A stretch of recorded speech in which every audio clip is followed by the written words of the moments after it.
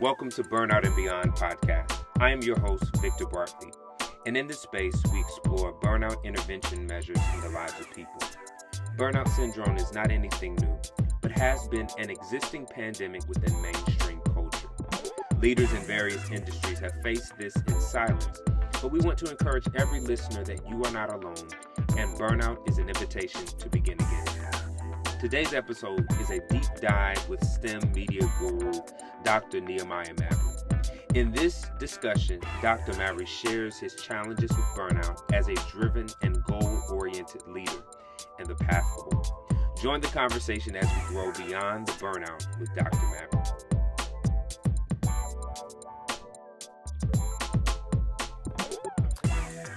Hello, and welcome again to another episode of Burnout and Beyond. I am Victor Bartley, your host, and I am thrilled today to have with us Dr. Nehemiah Mabry. Nehemiah, Doctor, welcome. Oh, man, thanks for having me, man. I'm happy to be here. Thanks for the invitation to join you. Absolutely. Well, man, I've kind of given a little bit about your title. Can you tell us who you are and what you do? Oh, for sure. So I am an engineer, an educator, and an entrepreneur. So my academic background is in the area of structural engineering. I hold a master's, bachelor's, and PhD in that area. Been able to work with like NASA, Department of Transportation on the state level, and also do a few things inside the classroom. Adjunct professor at North Carolina State University. But I would say my passion really is in this company that I started as a grad student called STEMedia. And STEMedia is a media company where we produce and we serve as platform for educational and empowerment content for science, technology, engineering, and math. So we really believe that there's a lot of potential out there missing, and I've really devoted my career to helping to empower and elevate and inspire that potential in the areas of STEM. No, that's super awesome, man. That's super awesome to hear what you've done and what you continue to do and making an impact, man. Thanks. As we're talking about this, you have done so much, and you you still have your hands and you have multiple fires going. Tell us maybe it may not be something recent, but from past experience, even how has burnout affected your journey? Yeah, that is a pivotal question, and I've looked at some of your other guests and heard them speak on that, and I really think that a lot of us who are driven, who are goal oriented, right? We find ourselves in this process where we are pursuing something, but we can also get lost in it, and I would say that has very much been the case for me, as I have been someone who has had a lot of interest.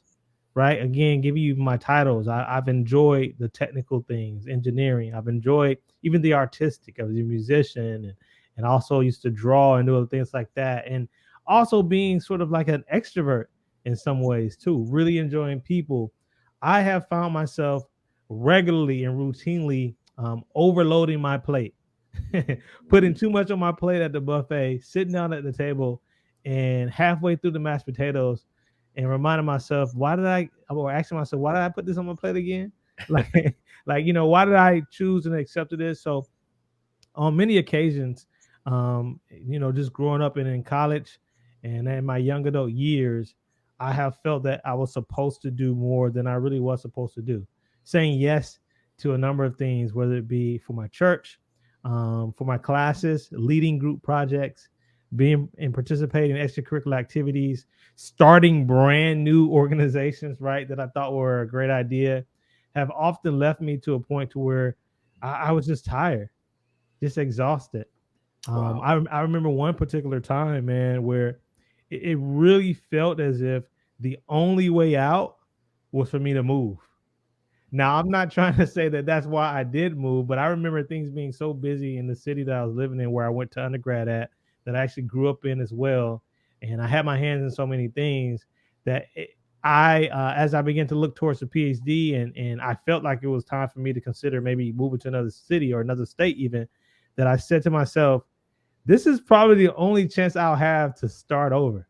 You know what I mean? The only chance I'll have to like take a break, literally moving somewhere where no one knows what I'm capable of, no one knows Wow. what I do, and that's kind of sad, like if my only way out of this burnout state is to literally go somewhere where I am completely unknown to live, that I didn't have any other like solutions to the problem. I think that says a lot about what I had entangled myself in at that particular point in my life.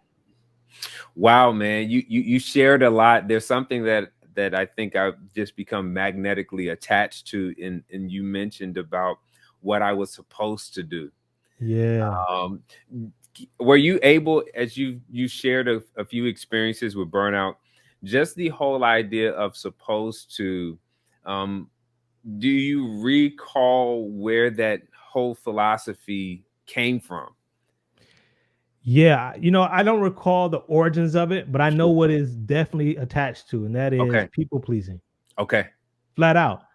Trying to make sure that other people are happy with whatever decision you make, whatever performance you render. And I have fallen victim to that over and over again. Now, thankfully, I have been able to mature and start to Awesome. realize that I can say no, or if I even commit to something, but later on realize that I don't have the bandwidth to accomplish those things, I still have the right to say, hey, things have changed. I'm going to have to step down. I'm going to have to resign. But in the past, like I didn't want the person to get upset with me if I ever said that. Like I didn't want to get that person, on that person's bad side if I said no to them, because they seem so excited and really up to that point in our friendship. They seem to be really happy with things I've done in the past. So in my mind, I am supposed to do whatever will make that person happy. Wow. But that's Wow. not true at all. Yeah. But it felt true, right? Yeah. Viscerally, it just Yeah. felt like I'm supposed to say yes. I'm supposed to go along with it. If I have the ability to do it, meaning talent or giftedness in that area, then obviously I must volunteer for it, right? No, but that isn't the case. And so, just really getting stuck in that limiting belief of I'm supposed to do what other people think I should do. Yeah. Yeah. Yeah. Yeah. Yeah. Yeah.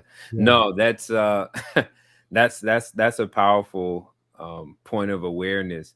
Mhm. Because as you shared, there is there's a sort of dance that we, I think, help play in a healthy way with pleasing people, right? There's a healthy side to it, but Mhm, mhm. often, as you're articulating, when it becomes unhealthy, when it becomes poison, right? Yeah. When it's too much of it, is Yeah. is really when we find ourselves just kind of like, I have to, I'm supposed to. Mhm. And more or less, as you're saying, moving to the place of, hey, I want to do this or I don't want to do this, Right. right? And including that in our vocabulary, in our life space, and not feeling guilty about that. Not feeling guilty, because that's Yeah. the other thing, man. I feel guilty, and here's the other thing too that I Mhm. found that I've done in the past. I feel like I had to come up with a story or alibi so understandable, right? So much. I had to get them to have sympathy and empathy in order for my no to be valid. So I had to like really throw. I'm doing this. I'm doing this, and somebody's sick in my family, and like all that extra stuff, which may be true, Mhm. but to feel like that is the threshold that I need in order to say no, that's unhealthy. Yeah. Yeah. Yeah. No, man, you're absolutely right. And just being able to say no Yeah, is sufficient. It's yeah, sufficient. Now yeah. that's important. And you're right, because in certain demographics and certain cultural norms, you're expected to give an explanation, right? Because Mhm. you've experienced it maybe before, where you say no and somebody say, why? Right. They What you want to know, mean? right? It's like, I just said no, like that's enough.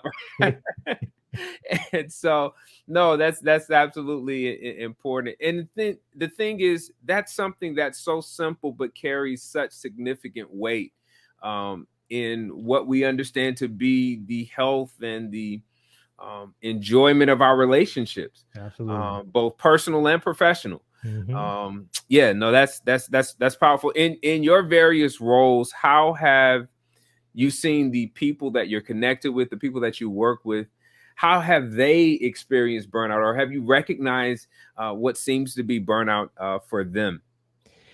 Yeah. Well, honestly, I have become more educated of late, maybe in the last year or two, as the term burnout has begun to be used more frequently. And I would think even in 2020, I was going through a stage of burnout when things had just initially shut down for the pandemic, the beginnings of COVID. Mm-hmm. But yet my industry, particularly the transportation industry, Mm. they work continued, like work jacked up. And so even though I went home, I was working even more at home. And I kind of hit this state where again, I was just like there is no rejuvenation, like going to sleep, wake up and literally feeling just as tired. And I was going through the state of burnout. And when I was going through the state of burnout and began to educate myself on it, I began to say to myself, oh, that must have been how my wife was feeling when, right? So my wife is an educator. She's a Mm. teacher. Currently, she's serving as a principal and a teacher Okay. in a dual role. And she has a lot on her plate as well. And there have been times, just because I'm a naturally driven person, there have been times when like I know that there are some goals she wants to accomplish. And I will wonder to myself, babe, why didn't you say you want to do this by this Mm. day? And she would, do her best to try to explain, yeah, but just not right now, or like, hey, this just happened and I need some time. And like I didn't really get it because like I think I had already bought into, sort of that whole hustle culture and like, you got to grind every day. But when I began to finally experience it and have a label for it, that's when I began to understand that this was something that my wife has encountered on many times. Mm. And here's the thing, right? Like if you're talking about, a married relationship, or even if you're not married, right? A relationship that you're committed to, you have to understand that even though you value it, that relationship still requires your energy and attention as well. Like there needs to be something available for that relationship too. And so no matter how much we can sometimes convince ourselves like, oh, I'm doing this for my family, or I'm doing this because I need to make sure, that's important, right? And I love that motivation. That definitely plays into me. If I'm doing it to the point to where now I have nothing to give the Wow. relationship, then I'm not really benefiting the people that I say I'm doing this for. Wow. And Wow. so there have been times where um, my wife has gotten it right, meaning she had energy for us to maybe go somewhere, hang out, take a night out, do a date night, but not necessarily enough to finish whatever was those last two items on her to-do list. And in my mind, again, ignorantly at the time, I'm like, this You got this to do doesn't the make any sense. Yeah, you know what I'm saying? Grind, knock that out. You know what I mean? But I began to understand that again, like you have to protect, just your vitality. And there are times when you may, for the sake of burnout, say, enough with this. Let me go in this area and invest in this area, what I have left. And I think that is something that my wife has done that I now recognize was a more healthy way to deal with burnout than Mm. perhaps I have in the past. Wow, no, that's awesome, man. That's awesome shit. As you were sharing, I was reminded of this book that I read some years ago now, The Man That Mistook His Job for a Life, Mm, Jonathan Liazar. And and he just really kind of articulates what you were just saying, how we give so much here and don't have enough to give here, right. and justify it, right? And so Mhm, as you're saying, that the need to just reallocate the energy, to mhm. reshift some things around in order that I can actually pour into the relationships that that I say matter, Right. no, that's awesome that that you were able to see those connections. And even kudos to your wife. Shout out to your wife for Yeah. even her work in moving forward, and just doing the gymnastics of sorts sometimes, right? Because Mhm. it does take some flexibility, some adaptability, and some adjusting to saying like, hey, I want to finish this now, but I'm not going to be able to give my best now. Like it would be Right. better if I shifted, rearrange some things, and come back to this a little later, Right. where my energy can make the most use of the time that I do have. Oh, Yeah. awesome. Yep. Awesome. For someone that connects to your story that you shared about your marital relationship, or even in the professional work, and things ramping up since the pandemic, and just wearing multiple hats. What step would you recommend to them for moving forward? Prioritize. Become clear on what matters. I've heard people say, make sure the main thing is the main thing. Yeah. And there are times when we can get urgent matters confused for important matters. Ooh. Right? Because not everything that's urgent is important. There's some things that are urgent but are not really important. Like a person may urgently need to go to the store before it closes. And so they may be asking me for a ride. This is an urgent situation, but like it's not that important that I necessarily need to give them that ride, right? Like there may be other things in my life that's more important in that matter. However, there are things that are urgent and they're also important, right? Like if someone in my family gets hurt, I need to definitely rush them to the hospital and make sure things are taken care of. Their health is taken care of. But as I begin to prioritize, I can really look at that matrix where I can't remember off the top right now who came up with it, where you can kind of begin to see things for what is urgent and what's important. And something may fall into the quadrant of urgent and important. Take care of those things immediately. Some things may be urgent but not important, right? You can delegate that. Somebody else can take care of that, right? Some things may be, not important and not urgent. How about we just delete those from our list altogether? Not important, not urgent, right? Why does that need to have the same priority as the other things, right? Wow. And then there's some things that may be important, but not urgent. And that's the key right there, because sometimes we may not feel that there is an urgent need to go on that date night, but it's definitely important. It may not feel like it's urgent for us to sit down and have a meal and talk to a friend or invest in this relationship. It may not feel like urgent. Something's about to happen if I don't do it right now, but it's important. And so when we can prioritize and we can get clear that, hey, that may not be feel as urgent as this thing over here, it's still more important.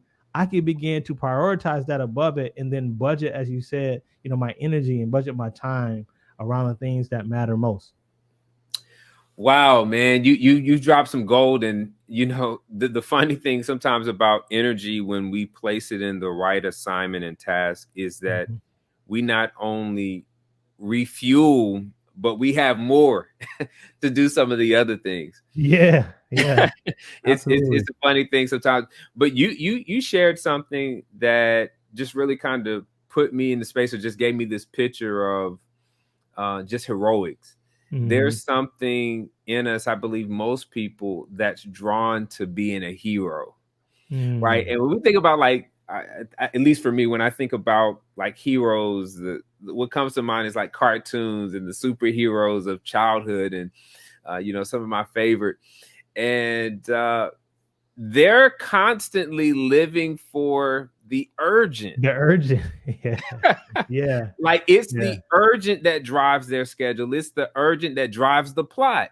Right. And so, just that mentality that I think subconsciously can be taken on, that like if it's uneventful, like something's not right about this. Something's not right about this. And like not just in the personal life, but even in the professional life. Like sometimes there are team members that can be looking to be the hero. In sports, you can call out that player that's trying to play hero ball, right? It's the sense that it has to be urgent, and why can't we just stick to a basic game plan, right? where it's going to get us success, and we'll get there in time. So man, that's powerful. No. You just brought two things to mind really quick when you said heroics. I think there's an episode of Spider-Man, or comic book of Spider-Man, where he actually ended up hurting Mary Jane very badly because he rushed to save her at one point when he should have like waited, and he used his web and it kind of like hurt her neck or whatever. Sorry if this is a spoiler, anybody follows the comic book, but it was like one of the offshoots, right? Multiverses of Spider-Man. And that's what I thought about when you said heroics. And a very practical example of that, again, you got the hero ball, but in our professional life, man, sometimes we're like trying to answer the email that just came through. We had this application that it's very important, right? That we've been needing to fill out for a while, but because his email comes through where someone's asking something, that feels more urgent. And so we spend like half our day answering urgent emails, but they are not as nearly as important as getting maybe this project done that's been sitting on our desk for weeks, man. And so no, I think that's Ooh. really important, really key that you brought that up, man. You're right. We get caught up in that. Let me be the hero and answer this email, give them something that they probably can Google, but I'm gonna do that on all these emails instead of like investing in the important thing that may feel uneventful for a few hours. Yeah, man. In this course that I'm taking, that I completed related to resilience and mindfulness to stress at work, there was a challenge that one of the sections of the class offered, and that is disconnecting, or rather, designating time in your hour Mm-hmm. to respond to emails and text messages, Hmm. and leaving the emails, leaving the phone aside to get work, to be productive for that 50, for that 45, 50 minutes that Right. you have. But the point of the challenge was, we randomly just pick up our phone to check it so many times throughout an hour time frame Yeah. that it stifles the productivity that we would For have sure. if we just assigned and said, hey, this can wait till the end of the hour, or this Yeah. can wait until my 30-minute break, or whatever the case may be. And so to those that are listening, I just want to throw out that challenge. I want to throw There out you that go. challenge to do that, to designate a time in the hour that I'm going to get back to my text messages, I'm going to get back to Mm-hmm. my Mm-hmm. emails. And if there's a particular break that you have, however you decide to do it, but limiting just the constant need to check Mm-hmm. my messaging, whether that be email or text Right. messaging, or some other form of platform for messages that you receive them on. Right. Right. That getting in the way of productivity. So That's yeah, good. That's that's good. good. Yep. Yep. That's real good, man. That's good, real good. Well, man, we had a phenomenal time. Tell us about ways that we can connect with you and your STEMedia and what you do. Share more with us about how we can connect with you. Yeah, man. So STEMedia, as I shared before, is a media company, and we focus on educating and empower specifically young professionals in STEM. So you may have heard how our nation's economic competitiveness really depends on the development of a technical workforce.